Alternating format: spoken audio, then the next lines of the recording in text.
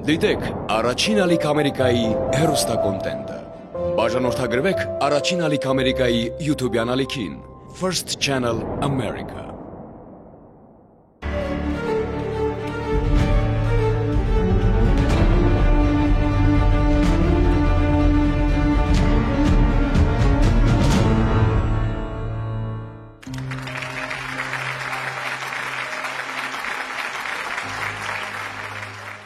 Բարի երեկո, եթերում սպասիր ինձ հաղորդաշարն է։ Բարև ձեզ, այսօր ուզում ենք դիմել մեր հին ու նոր հեռուստադիտողներին եւ ասել, որ մեզ համար կարևոր է այն կապը, որ ստեղծվել է մեր միջև։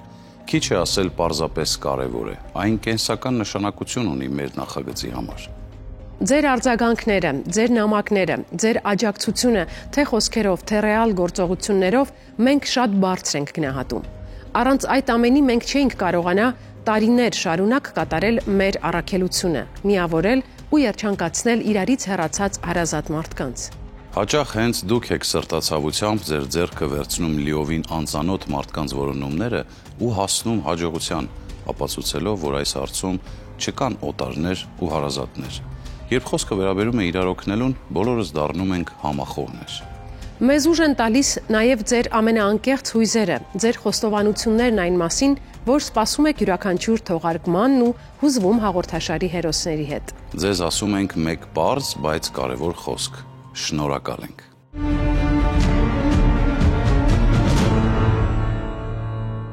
Սպասիր ինձի հայտատուները գիտեն ինչ է անհրաժեշտ որոնումներ սկսելու համար։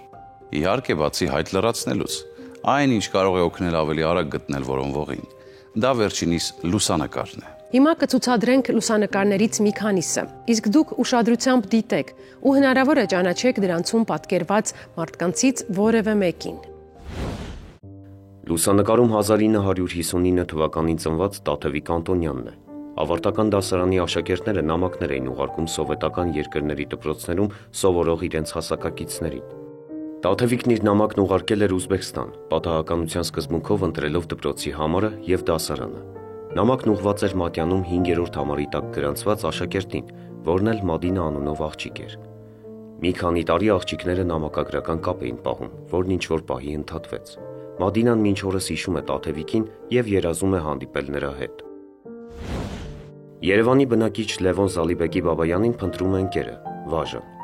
Լևոնն աշխատում էր պետավտոտեսչությունում, եղբոր անունը Արմեն էր, իսկ քույրերի անունները Անահիտ եւ Արմինե։ 90-ականներին Վաժան տեղափոխվել է այլ քաղաք, նրանց կապը խզվել է։ Լուսանկարում պատկերված է Գագիկ Պարքևի Բադալյանը, որն այս տարի կդառնա 65 տարեկան։ Գագիկը Գեղարոտ գյուղից է, ապրել է Հայաստանում, այնուհետև տեղափոխվել Սոչի։ Դստեր Լուսինեի հետ վերջին անգամ հանդիպել են 8 տարի առաջ, սակայն Լուսինեն չի կորցնում հույսը, որ հայրը կարձագանքի եւ նրանք նորից կհանդիպեն։ Ազատ Բալաբեկի Վարդանյանը ծնվել է 1971 թվականին Ճամբարակ քաղաքում։ Նրան է որոնում Զարմուհին, Շուշաննան։ Ազատն արդեն 24 տարի կապի դուրս չի գալիս հարազատների հետ։ Օֆելիա Վահագնի Գրիգորյանին որոնում է կուրսընկերուհին, Հասմիկը, որի հետ սովորել են Երևանի կոոպերատիվ տեխնիկումում։ Այժմ Օֆելիան պետք է մոտ 70 տարեկան լինի։ Նա Աղավնաձոր գյուղից է, ունի եղբայր եւ 2 կամ 3 քույր։ Սոկրատ Երանոսյանին խնդրում է արձագանքել բանակային ընկերը Նիկոլայը։ Այս տարի կլրանա Նիկոլայի 76-ամյակը եւ նա անհամբերությամբ սպասում է ընկերոջ հետ հանդիպման։ Անահիտ Եղիշի Քոչարյանին կամ նրա երեխաներին են որոնում ազգականները։ Մոտ 10 տարի առաջ նա Ռուսաստանի Կրասնոդարի երկրամասից վերադարձել է հայրենիք, Հայաստան։ Դրանից հետո կապը նրա հետ խզվել է։ 1956 թվականին ծնված Եվգենի Մանուկյանը բնակվում էր Ռուսաստանի Դաշնության Ուֆա քաղաքում։ Վերջին անգամ ընտանիքի հետ կապի է դուրս եկել 37 տարի առաջ։ Ազգականները խնդրում են արձագանքել բոլոր նրանց, ովքեր կարող են որևէ տեղեկություն տրամադրել նրա մասին։ Արագած Ավետիսյանին է փնտրում ընկերը, Սերգեյը, կամ ինչպես նրան բանակում էին անվանում, Սուրբը։ Ընկերների զինվորական ծառայությունն անցել է Կոմի Հանրապետության Վոժայոլ ավանում։ Այս լուսանկարում Խաչիկ Համբարձումյանն է։ Երկար տարիներ նրա մասին փորձում է տեղեկություն գտնել որդին, Արթուրը։ Ըստ վերջին ինֆորմացիայի, Խաչիկը բնակվել է Երևանում։ Որտեղ է նա հիմա, պարզ չէ։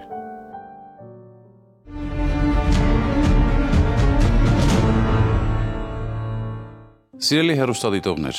Ամերիկայի Միացյալ Նահանգներում բնակվող մեր հայրենակիցներ, ձեզ համար ուրախալի նորություն ունենք։ Սպասիր ինձ հեռուստանախագիծը ընդլայնում է գործունեության շրջանակն ու աշխարհագրությունը։ Եվ շատ շուտով մենք կլինենք առաջին ալիք Ամերիկայի եթերում։ Իսկ դա նշանակում է, որ ավելի շատ պատմություններ կունենանք, որոնցում որոնվողները կամ որոնողները Միացյալ Նահանգներից են։ Մենք ուզում ենք, որ ավելի ու ավելի ամրանակապը տարբեր մայրցամաքներում ապրող մեր հայրենակիցների միջև, եւ սպասիր ինձ նախագիծը մեզ կապող կամուրջը դառնա։ Հետևեք առաջին ալիք Ամերիկայի եթերին, բաժանորդագրվեք YouTube-յան ալիքին եւ նորությունների մասին տեղեկացեք առաջինը։ Եվ իհարկե, սպասեք մեզ Միացյալ Նահանգներում։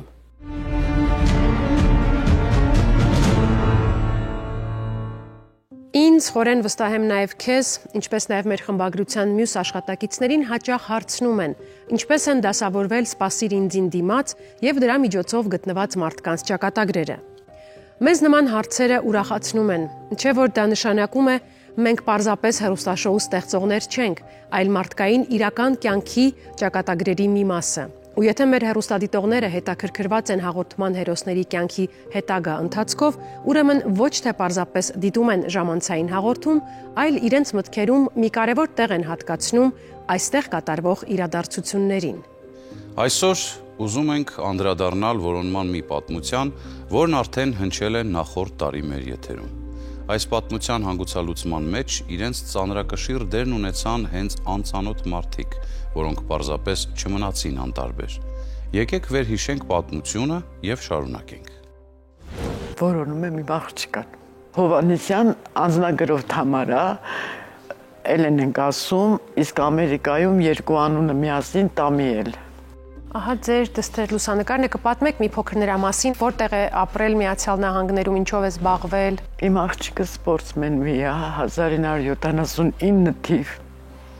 Ապրել է Երևանում, ծնվել է Երևանում, սպորտի սիրահար էր։ Միշտ խուսափել եմ ես, բայց իր սրտով գնաց սպորտի եւ մեծ հաջողությունների հասավ։ Ամերիկայում հաղթանակը տարավ ու մնաց այնտեղ։ 22 տարի Ամերիկայում։ Միշտ կապի մեջ ենք եղել, միշտ շատ լավ հարաբերության մեջ։ Վերջինս 1 տարին կապը լրիվ կորել է։ Ինչպես է ընդհատվել կապը, ինչպես կարող էր դա տեղի ունենալ։ 3 տարվա ընթացքում զգացի, որ նեղվում եմ ինչ-որ մի բանից, ուշ էր զանգահարում, ես էի ուշ կապի մեջ լինում, վերջին 1 տարին է, որ բոլորովին էլ այդ հեռախոսահամարը, որով կապ ենք հաստատել, դա էլ չի պատասխանում։ Ուներ արդյոք ընտանիք, զուգընկեր, աշխատանք։ Ընտանիք չուներ։ Ինքը ապրում էր մեքսիկացի մի տղայի հետ։ Երկար տարիներ ապրել են, հետո չգիտեմ ինչ պատճառներով բաժանվել են։ Գիտեք նրա անունը, ազգանունը։ Անունը Կրուզա, ինքը մեքսիկացի է, բայց ապրել է Ամերիկայում։ Որտեղ, որ քաղաքում են ապրել։ Վերլանդիայում է կարծեմ։ Վերջի իմ զանգերը, որ զանգը գնում էր, տակը գրվում էր Վերլանդիա։ Ինչ գիտեք Կրուզի մասին։ Շատ բան չգիտեմ, ինքը աշխատասեր, էլի մի փոքր բիզնես ունեցող, ինձ թվում է սպորտն է կապել իրար հետ, որ իրանք մտերմացել են ու մի քանի տարի միասին են ապրել։ Արդյոք ձեր դստեր հետ խոսակցություններում զգացել եք, որ ինչ-որ կերպ փոխվել է, ինչ-որ բան նրան անհանգստացնում է։ Վերջի 1 տարվա մեջ, 2 տարվա մեջ կարելի ասել, խոսակցականը ինձ արդեն անհանգստացնում էր։ Ինձ թվում է,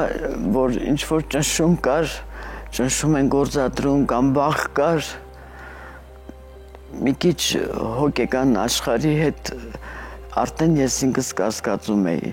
Մեկ անգամ իմացել եմ հոգեբուժարանում է եղել։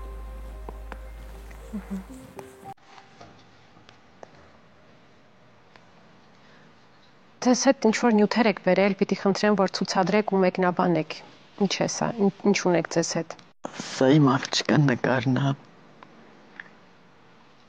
Այն սենց Տամիել կոչվում էր։ Սա իր մեծ պլակատն է, իր Ամերիկայի հաղթանակը։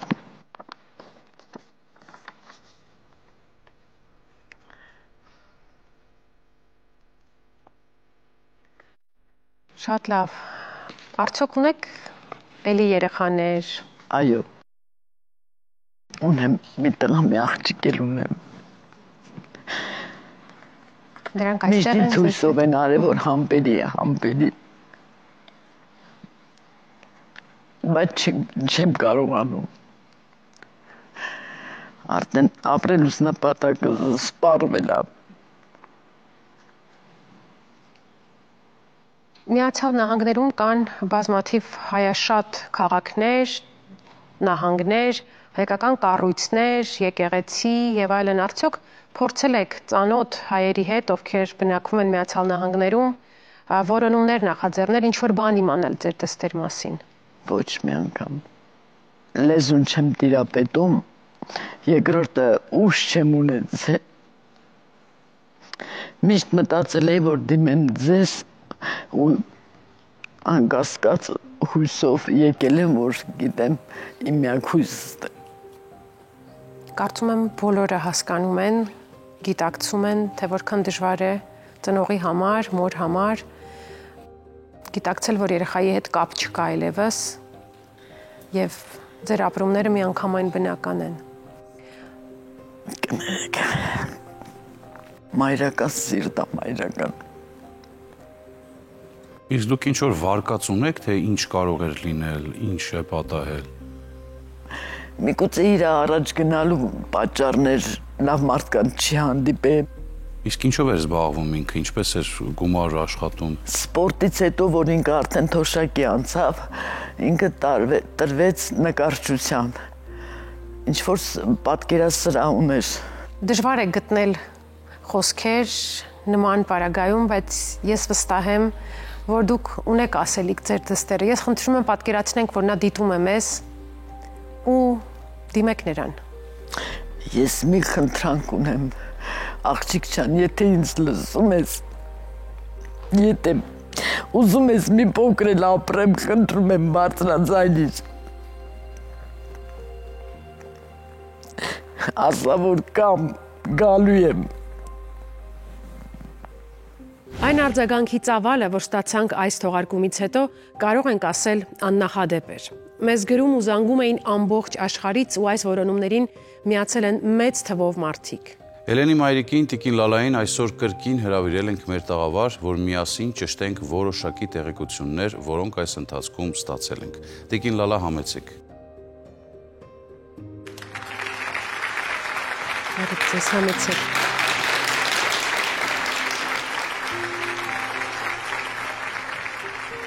Տիկին Լալա, ուրախ ենք ձեզ կրկին տեսնել մեր տաղավարում։ Նախ հետաքրքիր է իմանալ, արդյոք այս ամիսների ընթացքում ձեր մասնակցությամբ թողարկումը եթերում ցուցադրելուց հետո ինչ որ տեղեկություններ հայտնվել են ձեր դստեր մասին։ Ինչ որ նորություն գիտեք։ Չէ, ոչ մի նորություն չգիտեմ։ Երկու անգամ ուժամի զանգ է եղել, ուղղակի ես չեմ կարողացել պատասխանեմ, անմիջապես տեղեկացրել եմ ձեր աշխատակիցին։ Զանգը ենթադրում եք, որ Միացյալ Նահանգներից էր։ Այո, որտև անգլերեն էր խոսում։ Ես չկարողացա պատասխանել, լուսադեմին անմիջապես տեղեկացրեցի։ Մեզ նույնպես մեր անձնական օգտահաշիվներին եւ կապ հաստատելու բոլոր միջոցներով գրել են մարդիկ, որ ցանկանում են օգնել, որ կարող են գնալ Էլենի հետքերով։ Կան այդպիսի պատմություններ, կան այդպիսի մարդիկ, որոնք ձգում են դեպի իրենց եւ Էլենը ու ձեր պատմությունը հենց այդպիսին է։ Հուսով ենք դուք չեք ափսոսում, որ դիմել եք մեզ եւ ձեր դստեր մասին իմացել են հազարավոր մարդիկ։ Ոչ, ես շատ շնորհակալ եմ ձեզանից։ Հաշվի առնելով այն հանգամանքը, որ մենք ապրում ենք համացանցի ու սոցիալական ցանցերի դարաշրջանում, պետք է նաեւ ենթադրել, որ արձագանքների մեծ մասը լինելու է հենց սոցցանցերում։ Տեսեք ինչպես էին մարդիկ միանում որոնումներին, մեկը մյուսին փոխանցում։ Ընդ որում տարբեր երկրներից, ոչ միայն Միացյալ Նահանգներից, փորձել են գնալ հետքերով, փորձել են իրենք էլ համացանցում որոնում կազմակերպել կամ հենց Միացյալ Նահանգներում, այն տեղանքներում, որ դուք եք նշել։ Տիկին Լալա, այս ընթացքում գտնվում էին մարդիկ, որոնց խոսքով այս կամ այն վայրում տեսել են Էլենին։ Մեզ հետ էր կապնվել մի տաքսու վարորդ, որը վստահ էր, որ Էլենին մի անգամ տեղ է հասցրել։ Մենք ստուգեցինք նրա հասցեները, սակայն ապարդյուն։ Խնդրեմ։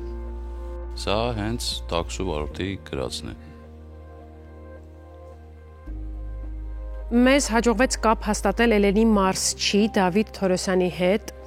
սակայն նա ցավոք ոչ մի տեղեկություն չուներ Էլենի գտնվելու վայրի մասին եւ իրենց շփումն էլ ինչ-որ պահից ընդհատվել է։ Տիկին Լալա, պատկերացնում եք, որ այսքան մարդ կմիանա որոնումներին, ինչ զգացողություններ ունեք հիմա։ Հավատում էի։ Ես պատկերացրեք, որ ավելին եմ հավատում ու սպասում եմ ձեր աշխատանքի արդյունքից, ձեր ուշադրությունից, իրոք շատ շնորհակալ եմ ձեզանից։ Ընդ որում հետաքրքիր է շատ, որ մեզ հետ կապի դուրս եկած մարդկանց մեծ մասը Էլենին չի ճանաչել։ Դա եղել է իրենց ցանկությունը պարզապես օգնել ձեզ, մեզ այս որոնումների ընթացքին։ Եվ որոնումների ճանապարհը մեզ բերեց մի մարդու, ով հակառակ իմ ասացի անձամբ ճանաչել է Էլենին, նրա ընկերուհին Իրենը, մինչև 2017 թվականը Իրենը եւ Էլենը կամ Թամարան շփվել են, կապ ունեցել են։ Մենք կապ ենք հաստատել Իրենի հետ, ձեր դստեր ընկերուհու հետ, լսենք թե ինչ է նա պատմում։ Ողջույն, ես Իրենն եմ, Էլենի ընկերուհին։ Էլենի հետ հանդիպումը շատ հետաքրքիր է ստացվել։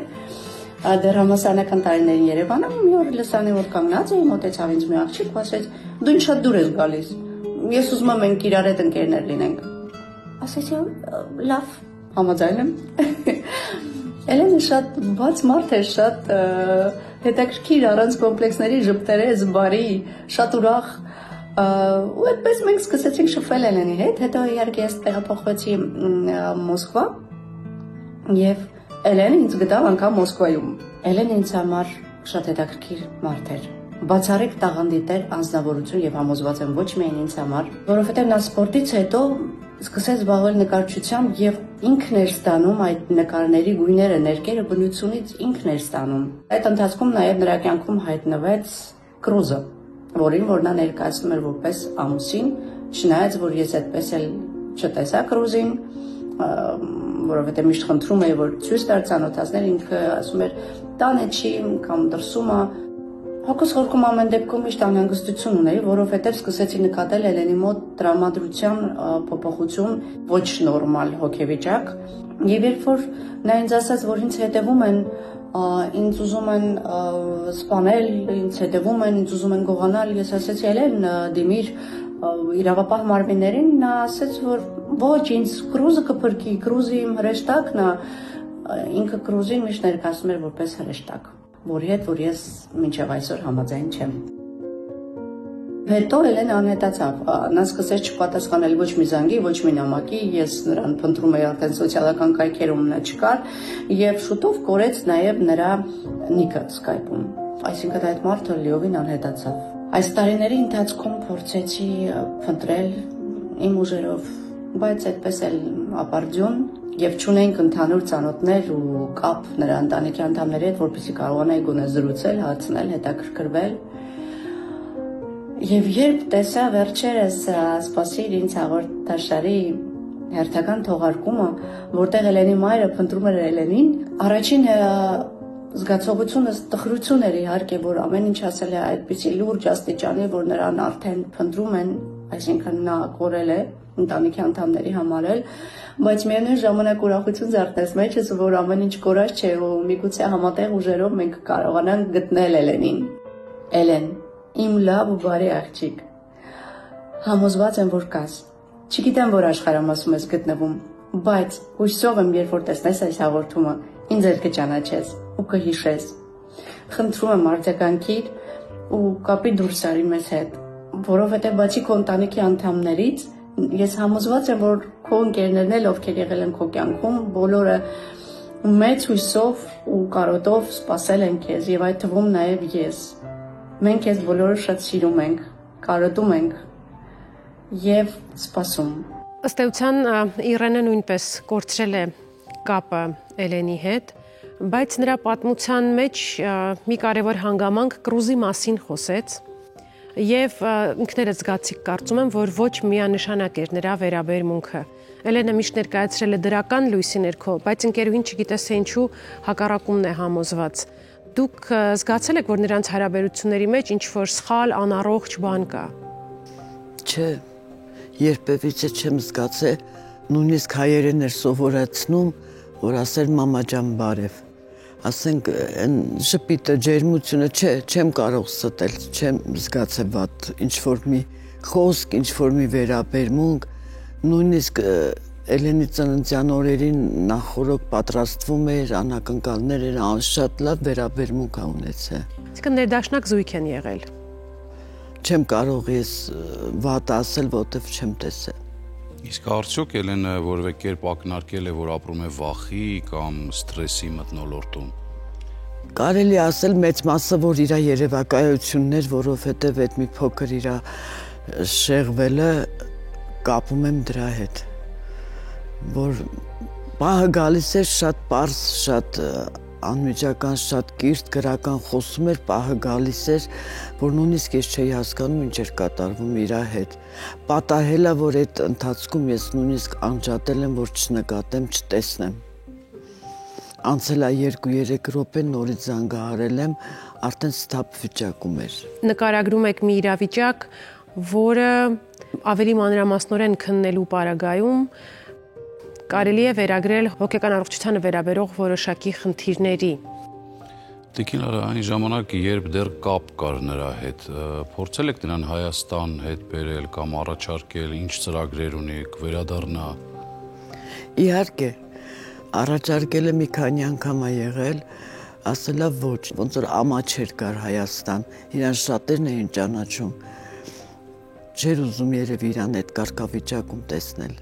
Ինչպես արդեն ասացինք, Էլենի որոնումների մի մասը համացանցում է տեղի ունեցել եւ մեզ հաջողվել է գտնել բազմաթիվ օգտահաշիվներ, որոնք առաջին հայացքից տանում էին Էլենի ուղղությամբ, բայց ինչ-որ պահից մտնում էին փակուղի։ Մեր համացանցային որոնումները, որոնք փորձել են քանդել այս պատմության խճճված կծիկը, հիմա միասին կդիտենք, ինչպիսին է եղել ընթացքը։ Սպասիր ինձ հաղորդաշարի եթերում Թամարա Էլեն Հովհաննիսյանի որոնման հայտը ներկայացնելուց հետո մենք ունեցանք մոտ 150 հեռախոսազանգ։ Լալա Հովհաննիսյանի մասնակցությամբ թողարկումը տարածվեց համացանցում ու տեղադրվեց ամերիկաբնակ հայերի սոցհարթակներում։ Որոնումների մասին խոսեցին հայկական սպորտը ներկայացնող ընկերությունները։ Օգնելու պատրաստակամությամբ հանդես եկան նույնիսկ ամերիկաբնակ մասնավոր խոզարկումները։ 2024 թվականին հայտնի էր միայն, որ Էլենը վերջին անգամ մայրիկի հետ կապ է հաստատել Ֆերնանդինայից։ Կար այլևս չգործող հեռախոսահամար եւ 2022 թվականից չթարմացվող օգտահաշիվ։ Որոնումներին հաջողություն բերեց հենց այդ չգործող էջը։ Մեր կամավորները գտան Էլենին պատկանող 100-ից ավելի օգտահաշիվ։ Դրանց շարքում միայն մեկն էր, որ արժանի էր ուշադրության։ Այնտեղ կար 2025 թվականի հունվարին արված գրառում։ Օգտահաշվի լուսանկարներում Էլենն է, նրա մայրը, ընկերները, ձեռքի աշխատանքները, նույնիսկ կրուզը։ Զարմացրեց այն, որ էջը Մասրուր Փորյանխեյր օգտատիրոջ անունով է։ Հետաքննությունն այլ ընթացք ստացավ։ Էլենին գտնելու համար պետք էր նաև հասկանալ, ով է Մասրուրը եւ ինչ կապ ունի նա աղջկա հետ։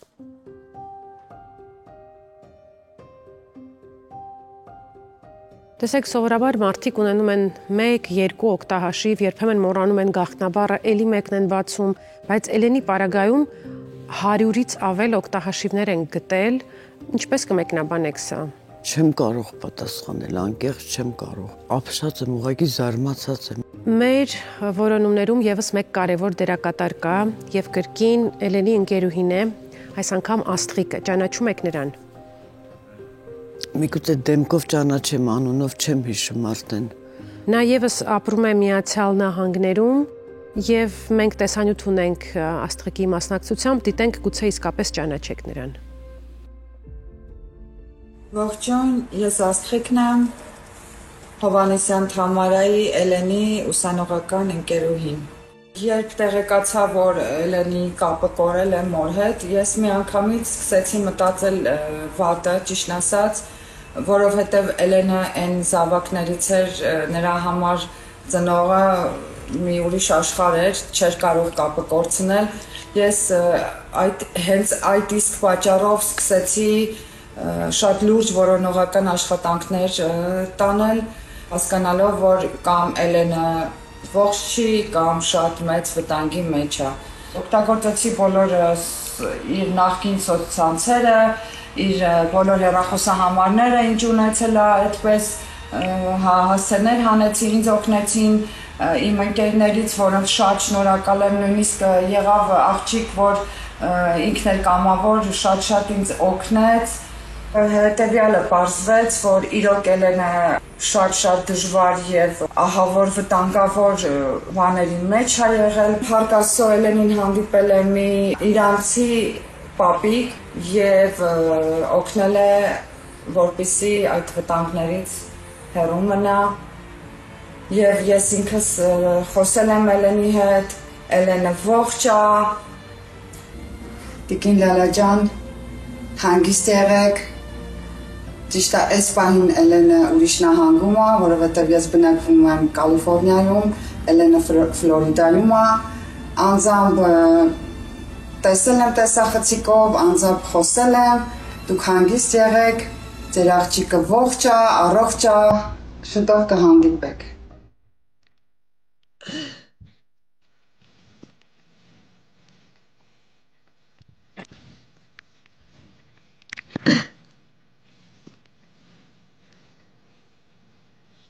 Ես մի փոքր ամփոփեմ այն ամեն ինչ իմացել է մեր թիմը Աստղիկի միջոցով նաև։ Չգիտենք ինչ հանգամանքներում Էլենը բաժանվել է իր Մեքսիկ զուգընկերոջից Կրուզից, որից հետո իր կյանքում բավական բարդ ժամանակաշրջան է սկսվել։ Դուք գիտեք, մենք նաև ձեր խոսքերից ենք իմացել, որ Էլենը ունի հոգեկան առողջության հետ որոշակի խնդիրներ, հիմա ախտորոշում չենք տալիս, որևէ գնահատական չենք տալիս, այսինքն մարդը ինչ որ չափով անկայուն է։ Նույնիսկ ծերացած էի զգում իրեն։ Իր կյանքի ամենադժվար, ամենաբարդ իրավիճակում, ամենաբարդ շրջանում նա հանդիպել է մի մարդու, Մաքս անունով, ով իրանցի է, հայտնվել է այս մարդու ընտանիքում, որտեղ նրան դստեր պես են վերաբերվում, հոգ են տանում Էլենի մասին։ Ես վստահ եմ, դուք չեք պատկերացնում անգամ, որ ձեր դստեր կյանքը այս սցենարով կզարգանա, այս հանգրվանին կգա, բայց այդպես է։ Տեսազանգի է դուրս եկել Էլենը ընկերուհու հետ, որը պետք է ձեզ ցույց տանք։ Եկեք դիտենք ինչ զրույց է կայացել նրանց միջև։ Սիրունս, կարոտել եմ քեզ ոնց գտա։ Իմ սիրուն Էլեն, քեզ ոնց գտա, իմ լավ Էլեն։ Ոնց ես, սիրունս։ Լավ եմ, դու ոնց ես։ Լավ եմ, կյանքս, ինչ ես անում։ Կորականի ես ուղարկել։ Կուղարկեմ, մի քիչ ուզում եմ քեզ տեսնեմ, սպասի։ Կարոտել եմ շատ։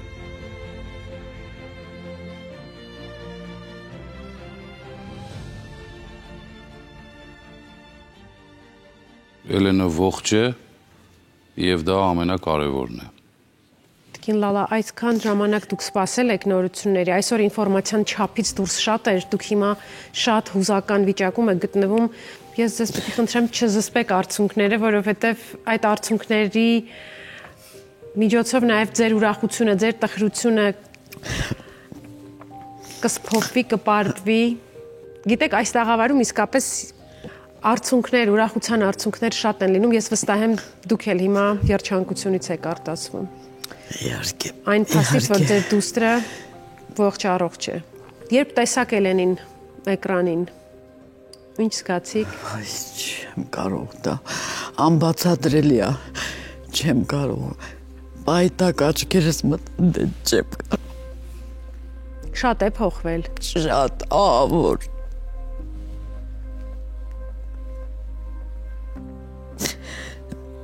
Հիմա գոնե գիտենք որտեղ է նա, ում հետ է շփվում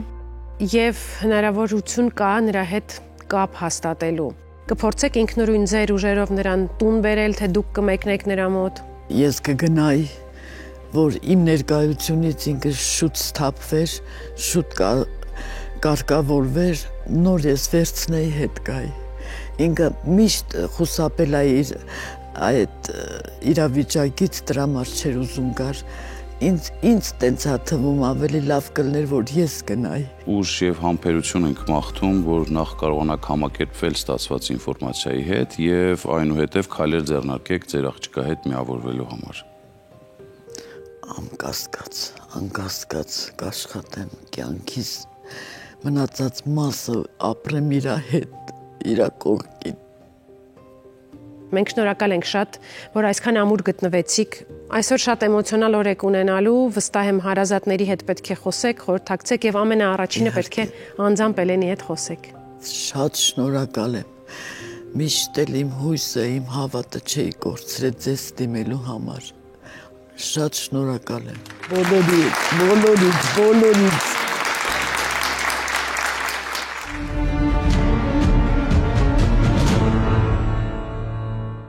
Չեմ դադարում զարմանալ, որքան միասնական ու սրտացավ կարող են լինել մարդիկ։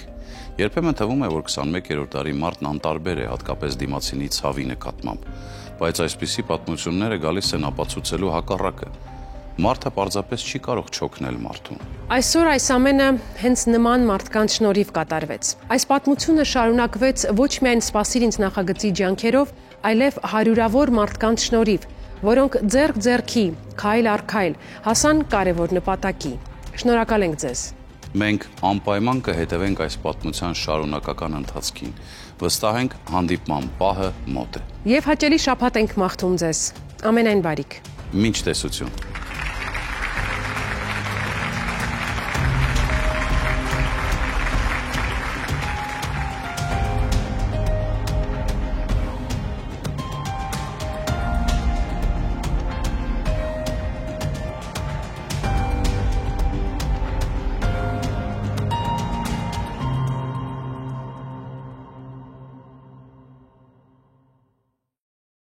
Դիտեք Առաջին ալիք Ամերիկայի հեռուստակոնտենտը։ Բաժանորդագրվեք Առաջին ալիք Ամերիկայի YouTube-յան ալիքին First Channel America։